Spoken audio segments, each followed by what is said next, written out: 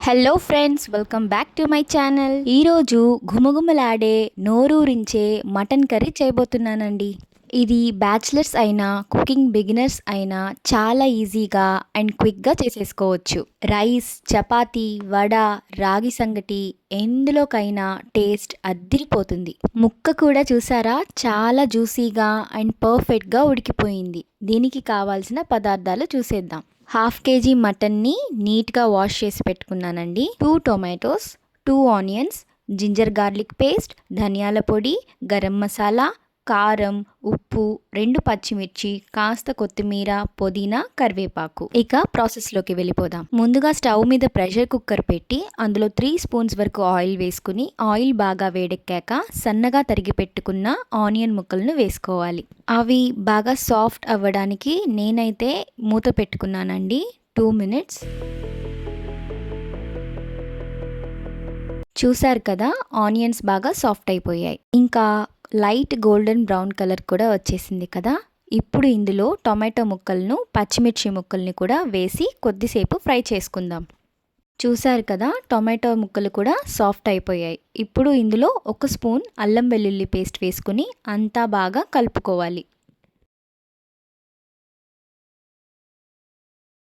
ఇప్పుడు ఇందులోనే 1 స్పూన్ ధనియాల పొడి వేసుకుని అంతా బాగా కలిసేలా కలుపుకొని ఇందులో కాస్త కొత్తిమీర, పుదీనా, కరివేపాకు వేసి బాగా ఫ్రై చేసుకోవాలి. ఇదైతే పచ్చివాసన పోవడానికి నేనైతే ఇలా కొద్దిసేపు మూత పెట్టుకున్నానండి. ఒక 2 మినిట్స్ మగ్గించాను.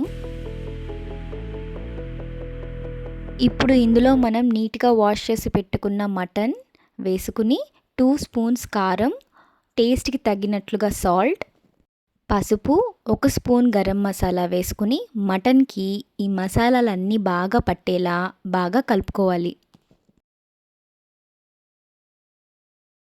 చూసారా, ఇలా బాగా కలుపుకోవాలండి.